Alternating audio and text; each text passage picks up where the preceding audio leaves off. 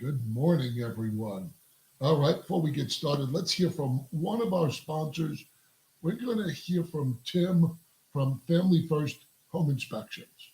Hi, my name is Tim McKean, Family First Home Inspections. I've been doing inspections in the Valley for about 17 years. My inspection reports are very user-friendly, very easy to read, easy to understand. And the best part is I email my reports usually within an hour of completing the inspection. I also can order a termite inspection for you, and as an added bonus, I can order a free roof inspection done by a roofing company. My number is 480-577-5501, or you can email me at the address below. Thanks. Have a great day. Looking for a great home inspector. Tim is awesome. We've used him before. So thank you, Tim. Look, if you want to be a vendor sponsor for our show and reach millions of people all over the world, reach out to someone else. Anyway, guys, well, good morning. I'm really excited about this topic. So, the phrase iron sharpens iron is a phrase that you hear a lot. I hear a lot of people repeating that phrase, especially in business. But what does it really mean, and how important is it in your life to understand what that means? So today on MidWeek MindFreak, we're going to talk about iron sharpens iron, and how does this impact your life for success, and what does it really mean? Chuck and Angela run multiple million-dollar companies. They are members of Riz Media's Billionaire Club, have coached and mentored thousands of agents, and are international speakers. They say by radically changing your mindset, not only can you change your outlook on life, but affect the actual results you obtain. Welcome to MidWeek MindFreak. Thank you guys for tuning into MidWeek MindFreak. Let's first talk about the phrase iron sharpens iron, and where does it come from? Well, it's a Bible verse. It's a Bible verse in the book of Proverbs.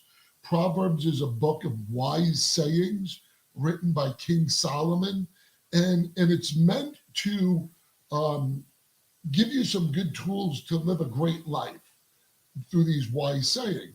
So the verse is Proverbs 27:17, is iron sharpens iron, one man sharpens another. What do you picture when you think of ironing sharpens iron? And how do you think this really works in real life? These are the things we're going to talk about. See, we have a tendency, in these days to believe that we are growing when it feels good. Right? Like people think so when everything's going good, perfect, smooth sailing, this is exactly what I wanted my life to be. But when there's no crisis and there's lots of optimism about the future, it definitely will make you complacent.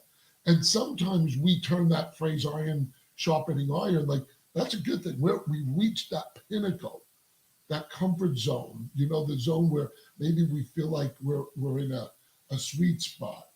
But the only thing comfortable about iron is when it's sitting in the ground doing nothing. Right. If you take a piece of iron, put it in the ground doing nothing, that's comfortable. But that's not what this phrase means. So a common image that sometimes we gravitate towards is like sharpening a knife. It's common. Knife sharpeners, you get the rod that you take the knife on, or a pair of scissors, and a drawing against it. But that is an inaccurate way of looking at it, because kitchen knives are actually made of steel, not pure iron. And they're already somewhat have a shape to them and a sharpness. So in reality, this is a very lame image of ironing sharpen iron. See, sharpening iron is a very, very violent process. If you really watched, or the old shows that you can see iron sharpen iron, iron is first heated in a furnace. It gets heated where it starts to glow red. That's how hot it gets. And then it's beaten into shape. And this process is repeated many times. it keeps going into the water, then back into the furnace, then pounded, and it is violent. Yep. And that is the way iron actually shines iron. Pure iron is probably one of the worst metals for tools, but that is what they used back in the day. So as we talk today and go over these analogies, this should really hit home because there's so many parallels that we're going to talk about iron, because iron is soft, it rusts, it's easy affected by natural environments. They quickly lose its shape. It's just constant needing to be hammered back into shape.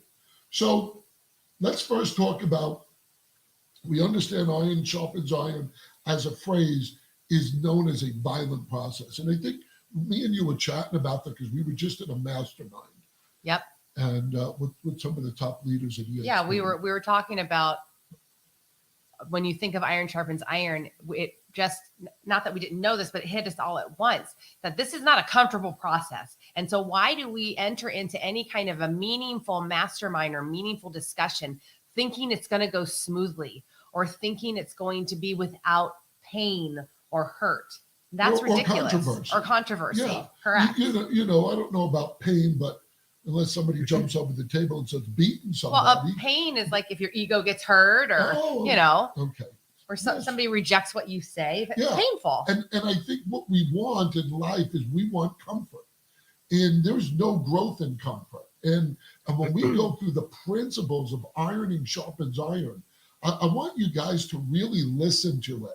Because, I mean, you know us, we believe it's all inspired. It's the word of God. And when God's telling you this is the way he wants us to live, not only for us to live a great life, but how are we supposed to interact with others? Because in all reality, the verse iron sharpens iron is through the biblical sense of it, is believers sharpening other believers. And sometimes the things that you say and critique is not comfortable. And I think that's what we pulled away from this mastermind, because even I got caught up in going, God, why was we debating on this and arguing with this? And I go, no, that's what you want.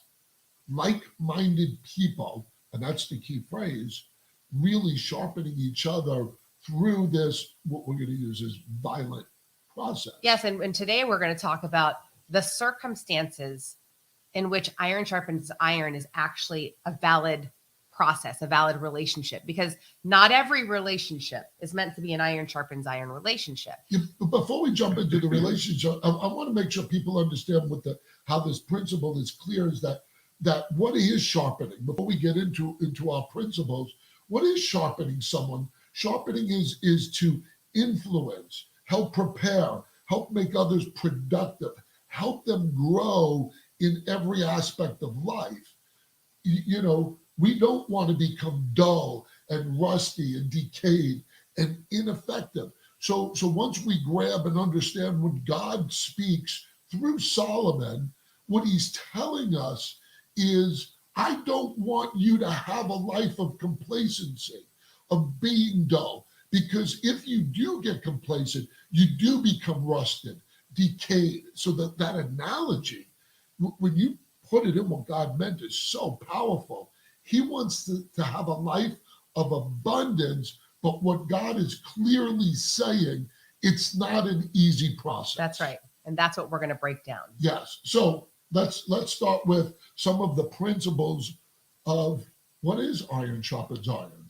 So the primary foundation required for this concept is relationship, because there are iron sharpening iron requires at least two irons. So, you have to think about this, because helping someone else to improve their effectiveness requires strong, positive relationship. This is the context of relationship we're talking about. Now, like I said before, not every relationship that you have needs to be an iron sharpens iron relationship. But if what you're seeking is to be sharpened and to sharpen, there are some things you need to consider. And that's what we're talking about today. So like he said, the act of sharpening is not meant to be a gentle process. It's violent. There's sparks, there's pressure. and it eats away at dullness. So under what circumstances would a person subject themselves to a violent, possibly painful process?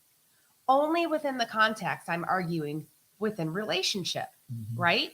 And so Proverbs 6:4, which is another powerful proverb in wisdom book, is faithful are the wounds of a friend, and deceitful are the kisses of an enemy.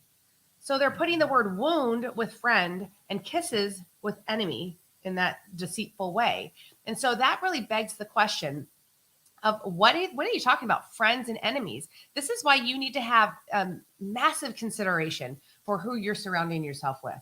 Who are your friends and who are your enemies? Now, for the sake of this argument, you got to maybe think about a different definition of enemy, because the definition of enemy says a person who is actively opposed or hostile to someone or something. So hostile like war, or really just simply a thing that harms or weakens something else. So for the sake of context, iron sharpens iron, an enemy could simply be a super negative person, right? Or an enemy. Someone who's not sharpening your blade. Yes, an enemy, the kisses of an enemy, like, or a people pleasing of the enemy in this situation could be simply a person who's only in relationship with you for the reasons of what they can get from you. So we need to, for the sake of this argument, go, who are our friends in this iron sharpens iron context, and because the rest are enemies, because they can't sharpen. They aren't having these other things that we're going to talk about, because it's not just relationship. You have to consider when you're thinking about this iron sharpens iron, there's more. And that's what we're talking about today. Yeah. And it's a great point when you understand this, when some people are good at what they do and they keep it to themselves, like they hover over the stuff. So that key phrase, when you were talking relationships, you could have one iron here and one iron here, but if they don't clash, if they don't come together in some sort of communion, then neither one of you are benefiting. There's a mutual benefit to this. And when you start to go through life and understand that relationships with like-minded people, how important it is, like, to have masterminds and truly share and truly to be equally aligned is so powerful. One of the great benefits of EXP Realty, how we are so equally aligned, and this is why this is such a strong verse for that. The other principle also it requires accountability. So using the relationships and accountability, this is kind of a combined thing. So you need to allow significant others to look closely at your life. You want them involved in your life. Now remember, there's a clear line of significant others. So first and foremost, who are the people in your life? That is really important to know those people. Keep the wolves out, know who those wolves are, and let the close people in. And unfortunately, sometimes people sneak in. You get a wolf in sheep's clothes and they sneak into the flock. And you know what? Look, you can get hurt, but it doesn't mean you should stop growing this way, because that's what we're called to do. So you do need to have significant others look closely into your life and point out things. Now, you got to understand, the person pointing out things, remember, it's iron and iron, also has to be careful of the words they use. You're not there to beat up or criticize someone. It's a loving manner, but it is going to be hard conversations. A truly a good friend needs to have hard conversations. If you're not going to have a hard conversation with someone you love, then I really question how much you love them, because you have to do that. And then you, as the recipient, whatever that word is. I don't speak good English. You have to be accountable. You have to go, not just let it, take it in and then do nothing about it. You need to take to heart and go, I respect what you say, and I'm going to work on that. One of the things I learned early on, and I know you do this too, Ange, is the fact that when we work with agents, when we've coached and mentored, we lost a lot of agents because they didn't like what we were saying to them. But I'll be damned, I will never tell somebody what they want to hear, because that serves no purpose. It's not helpful. No purpose. I'm not looking to be a people pleaser. I'm looking to grow your business. I'm looking to change your life. So if you ever hear us speak, when we speak, it comes from the heart, and it comes from a place of, we want to pour into you, and then you can be accountable to what we're going to tell you to do. But you know what? Here's the other part. I want people to do that to me. How often do we sit in meetings, or in the past, not no more, because now we're around a lot of iron. You're right. But in the past, I sat in a room full of staff that agreed with everything I said. I'm like, I don't want that. I'm in the wrong room if that happens. So we need close relationships, and we need to be accountable to what they are saying. So number one is, if you trust that person, you should feel accountable and really do what they do, ask to do. Right. So now we've talked about good, positive relationships, and we've talked about the principle of accountability. The third one is so important. It's motivation. The principle of motivation. When I was talking about relationship, I asked you to consider the definition of enemy a little differently. And one of the examples I gave was, if someone's in this relationship for only what they can get out of the relationship, that's not an iron sharpens iron relationship. That's an enemy. This so-called relationship isn't optimal, because if you're interested in being sharpened, the other person has this motivation, not just for themselves, but for you. They want to be in that relationship with you because they have a strong motive to improve you for your sake, right?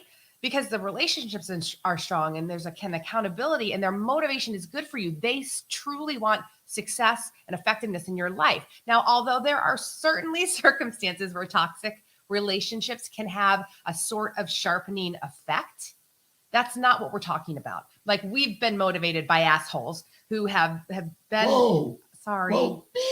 beep. Keep that one out. but who have negatively affected us. And it was sharpening in a way, but that's not what we're talking about. We're talking about an intentional iron sharpens iron relationship, right?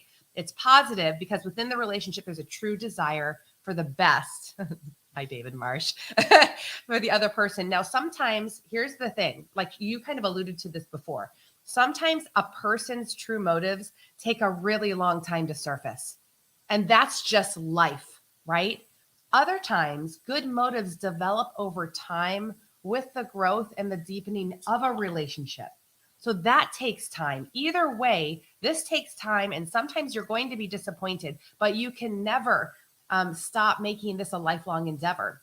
Wow, don't let the bad motives of some people stop you from looking for the deep ones. Something just hit me that wasn't based off of that is there are also seasons. Absolutely, and that's fine. Because maybe someone sharpened your iron at one point, but as you grow, they don't grow with you. And you need other people in your life to get you to the next level. So don't always look at, that's a great point. Instead of looking at it as a negative thing, God's got a plan and a purpose that these people had. They solved a need. They fulfilled a need. Yes. That was the plan of God. And now there's other things that you got to move forward with. And I guess my only point is some people get so jaded by being hurt or disappointed with a relationship, they give up. They stop looking for that iron sharpens iron relationship. And that is not the point, because life is life. And this should be a lifelong endeavor that never quits. Is constantly finding. We were so passionate about that. We were willing to close out our brokerage to get that. Yeah. And some people try to preserve relationships and don't want to get out of their comfort zone because they're comfortable. And that's why you don't grow. Because the iron that's in your life, the people that are in your life aren't iron, and they're not sharpening your iron. Mm-hmm. And really, for the most part, you're wasting your talent because you're not sharpening theirs. I also like it to a sports analogy. You could have the best team and play one of the worst teams. And what happens is there's a lot of times that great team plays down to their level. And that happens quite too often. Similar thing. So the last one is willingness, the principle of willingness. And it really is in cooperation with your motivation. These two kind of go together. Yes, both parties should want what's best for each other, but there's an additional step. Whenever a good friend sincerely wants to help us grow, and it is obviously they truly want the best of us, it's imperative, guys, watch the words I'm going to use, imperative to accept their counsel, advice, and constructive criticism with an attitude of willingness. Now, look, I'm not saying that there could be times where you're hurt by what someone says, or you might not be in agreement with what they're saying. Or you get defensive. Yes. And look, that's what also makes a great marriage. This is one of the key components in a great marriage, that you should be able to have these hard conversations, and that you should be able to grow for them, and that and it's really based off of trusting the other and really taking what they say to heart. And it is one of the reasons why we and you have such a perfect marriage. It is, we are iron sharpens iron every day.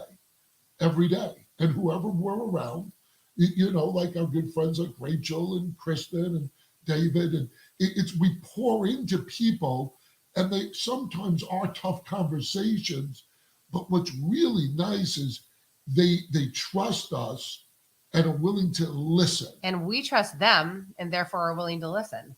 Yeah. So it also behooves us to do whatever specific things we need to do to improve.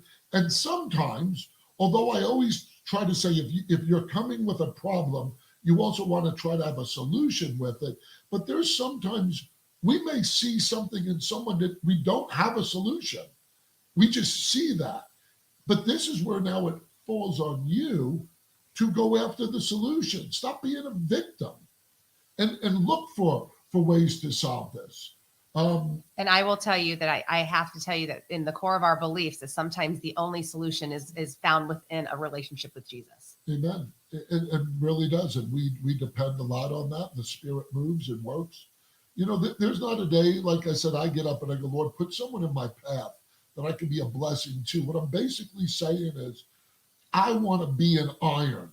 So in conclusion, all of us, through time, we become rusty, decayed, dull, ineffective in our life. We lose our sharpness if we're not around the right people. As we pound that to death, that if you aren't around the right people, it will truly affect you. When people say, tell me the most important thing, Chuck, if you had one thing you could tell me from business, I always go, who you surround yourself with matters. And I hope our unpacking this idea of iron sharpens iron actually gives you some clarity on how to go after that in a more intentional way. Yeah. So you want to seek to iron someone's iron so that you can iron someone's iron. Yeah, iron someone. You make them shine. Get the wrinkles out. And then one day you can pay it forward. I ask God all the time to make me an iron sharpener. I want to be an iron sharpener, a servant leader, one that gives. But you know what? Here's the cool thing in return. My iron gets sharpened. So, guys, are you ready to sharpen someone's iron? Remember, Proverbs 27:17. As iron sharpens iron, one man sharpens another. I think this analogy that God gives us is so clear on what he wants us to do with each other in our lives. God bless you guys. Hope you have a great day.